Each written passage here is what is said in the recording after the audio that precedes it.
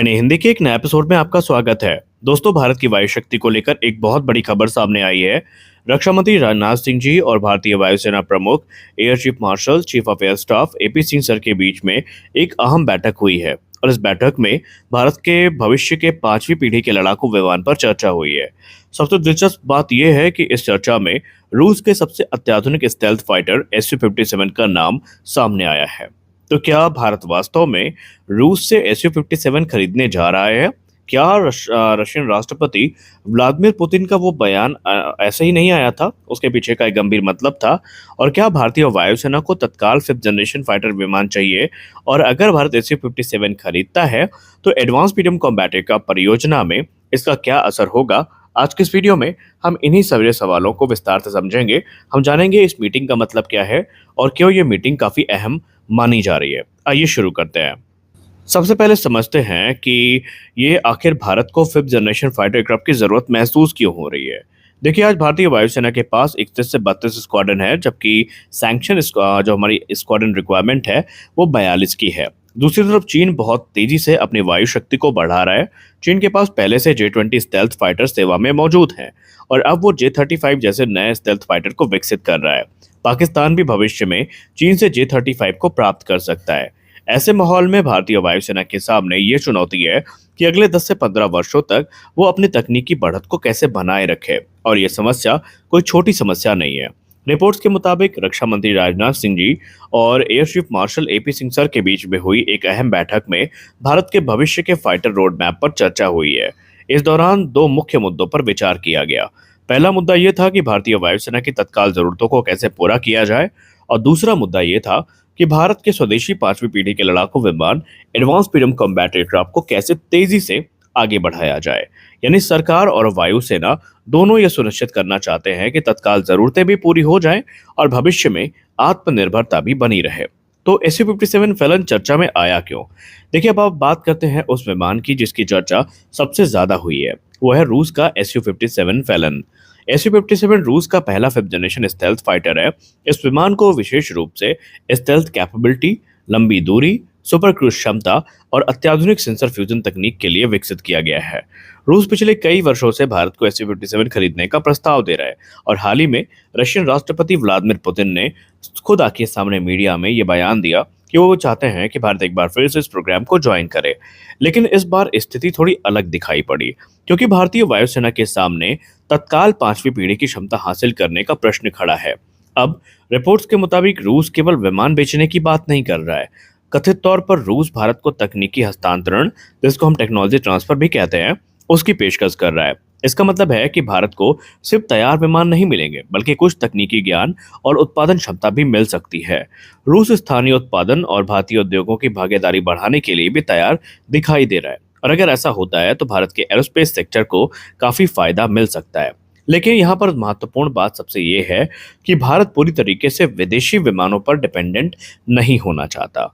भारत का वास्तविक लक्ष्य है एडवांस मीडियम कॉम्बैट एयरक्राफ्ट, जिसको हम AMCA के नाम से जानते हैं। ये विमान भारत का पहला 5वीं पीढ़ी का विमान होगा, जिसे defence research and development organisation की एरोनॉटिकल डेवलपमेंट एजेंसी यानी ADA विकसित कर रही है। AMCA में स्टेल्थ डिजाइन भी है, आधुनिक सेंसर्स भी हैं, इलेक्ट्रॉनिक वॉरफेयर सिस्टम भी हैं, आर्टिफिशियल इंटेलिजेंस आधारित सहायता और भविष्य के मानव रहित सिस्टम के साथ काम करने की क्षमता भी होगी। सरकार पहले ही एडवांस मीडियम कॉम्बैट एयरक्राफ्ट कार्यक्रम को मंजूरी दे चुकी है और प्रोटोटाइप निर्माण की दिशा में तेजी से काम भी आगे बढ़ा है। और यही सबसे बड़ा सवाल इस समय है कि क्या SU-57 और AMCA एक साथ चल सकते हैं? कई रक्षा विशेषज्ञों का ये मानना है कि अगर भारत SU-57 खरीदता भी है तो उसका उद्देश्य एडवांस मीडियम कॉम्बैट एयरक्राफ्ट की टाइमलाइन को डिस्टर्ब करना या उसको ऑक्यूपाई करना नहीं है, बल्कि इसके पीछे का मतलब कुछ और होगा। बल्कि SU-57 एक अंतरिम समाधान आप कह सकते हैं, जिसको इंटरिम सोल्यूशन भी कहते हैं, उसकी भूमिका निभा सकता है। मान लीजिए कि एडवांस मीडियम कॉम्बैट एयरक्राफ्ट को पूरी तरीके से सेवा में आने में 2035 के आसपास का समय लगता है, तो उस अवधि तक भारतीय वायुसेना को आधुनिक 5वीं पीढ़ी की क्षमता देने के लिए SU-57 जैसे विमान उपयोगी साबित हो सकते हैं। जब एडवांस मीडियम कॉम्बैट एयरक्राफ्ट बड़ी संख्या में सेवा में आ जाएगा, तब भारतीय वायुसेना जो है स्वदेशी प्लेटफॉर्म की भूमिका को मुख्य भूमिका में ला सकती है। आज का युद्ध केवल मिसाइल और बम तक सीमित नहीं है। भविष्य के लड़ाकू विमान एक विशाल डिजिटल नेटवर्क का हिस्सा होंगे। उनमें आर्टिफिशियल इंटेलिजेंस होगी। वे ड्रोन के साथ मिलकर काम कर सकेंगे। वो दुश्मन के रडार को जाम कर सकेंगे और वो रियल टाइम में डेटा भी शेयर कर सकेंगे और युद्ध क्षेत्र की पूरी जांच तस्वीर पायलट को उपलब्ध करा सकेंगे। एडवांस मीडियम कॉम्बैट एयरक्राफ्ट को भी इन्हीं जरूरतों को ध्यान में रखकर डिजाइन किया जा रहा है। यानी भारत केवल एक नया फाइटर जेट नहीं बना रहा है, बल्कि भविष्य के युद्ध के लिए एक संपूर्ण युद्ध प्रणाली तैयार कर रहा है। भारत के सामने असली चुनौती ये नहीं है कि SU-57 खरीदा जाए या नहीं, बल्कि चुनौती ये है कि तत्काल जरूरतों और दीर्घकालिक आत्मनिर्भरता के बीच में संतुलन कैसे बनाया जाए। अगर केवल विदेशी विमान खरीदे जाते हैं तो आत्मनिर्भरता प्रभावित हो सकती है, लेकिन केवल स्वदेशी कार्यक्रमों का इंतजार किया जाता है तो तत्काल सैन्य जरूरतों पर असर पड़ सकता है। इसीलिए सरकार और वायुसेना दोनों एक संतुलित रणनीति बनाने की कोशिश कर रहे हैं।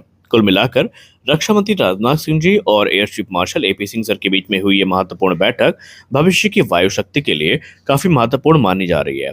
SU-57 अभी भी एक संभावित विकल्प बना हुआ है। रूस लगातार इसे भारत को ऑफर कर रहा है और तकनीकी हस्तांतरण की बात भी कर रहा है, लेकिन भारत की सबसे बड़ी प्राथमिकता अभी एडवांस मीडियम कॉम्बैट एयरक्राफ्ट है। संभव है कि भविष्य में SU-57 जैसी विदेशी प्लेटफॉर्म का उपयोग एक अस्थायी समाधान के रूप में किया जाए, जबकि दीर्घकालिक रूप से एडवांस मीडियम कॉम्बैट एयरक्राफ्ट भारतीय वायुसेना की रीढ़ बने। अब देखना यह दिलचस्प होगा कि आने वाले महीनों में भारत कौन सा रास्ता चुनता है। क्या भारतीय वायुसेना के आसमान में हमें SU-57 उड़ता दिखाई पड़ेगा या पूरा फोकस एमका पर ही केंद्रित होगा। आपको याद दिला दें, जब हम इस समय इस विषय पर बात कर रहे हैं तो आज ही इसको लेकर एक बड़ी रिपोर्ट भी सामने आई थी, जहां पर रूस ने अपने ऑफर को एक बार फिर से मॉडिफाई किया है। रूस ने भारत को आश्वासन भी दिया है कि भारतीय वायुसेना भविष्य में SU-57 स्टेल्थ फाइटर अगर खरीदती है तो वर्तमान इंजन को लेकर भारतीय वायुसेना की जो चिंता है उसको रूस दूर कर देगा। यानी कि वो वर्तमान इंजन जो है उसको भविष्य में AL-51 से रिप्लेस करने की बात भी कर रहा है। दरअसल AL-51 F1 की बात करें तो इसको हम प्रोडक्ट 30 के नाम से भी जानते हैं और ये रूस के लिए विकसित किया गया अगली पीढ़ी का इंजन है। हालांकि रूस अभी इस चीज को स्वीकार कर रहा है कि इस इंजन के ऑपरेशनल होने में 5 से 7 साल का समय लग सकता है और फिलहाल रूस तब तक AL-41 की सहायता से ही SU-57 को उड़ाएगा। लेकिन जैसे ही प्रोडक्ट 30 इंजन तैयार हो जाता है तो अपग्रेड के माध्यम से ये जो विमान है इनको ये इंजन मिल सकता है। अब ऐसा भी नहीं है कि अपग्रेड में कोई मेजर स्ट्रक्चरल चेंजेस हमें देखने को मिलेंगे, बल्कि ये इंजन उसी इंजन बे में लगाया जा सकेगा जिसमें अभी AL-41 लगाए गए हैं। प्रोडक्ट 30 इंजन से अधिक थ्रस्ट मिलेगा, बेहतर सुपर क्रूज कैपेबिलिटी मिलेगी, कम ईंधन की खपत होगी और बेहतर थ्रस्ट टू वेट रेशियो हमें देखने को मिलने वाला है। इसके अलावा कम रखरखाव और जो विश्वसनीयता है वो काफ़ी ज़्यादा मिलेगी। तो आपको क्या लगता है, क्या भारतीय वायुसेना में इंटरनली कुछ बड़ी चीज़ें चल रही हैं? क्या आपको लगता है कि एक बड़ा सरप्राइज मिनिस्ट्री ऑफ डिफेंस से आ सकता है? अपनी राय कमेंट सेक्शन में ज़रूर दें। मिलते हैं अगले वीडियो में, तब तक के लिए जय हिंद।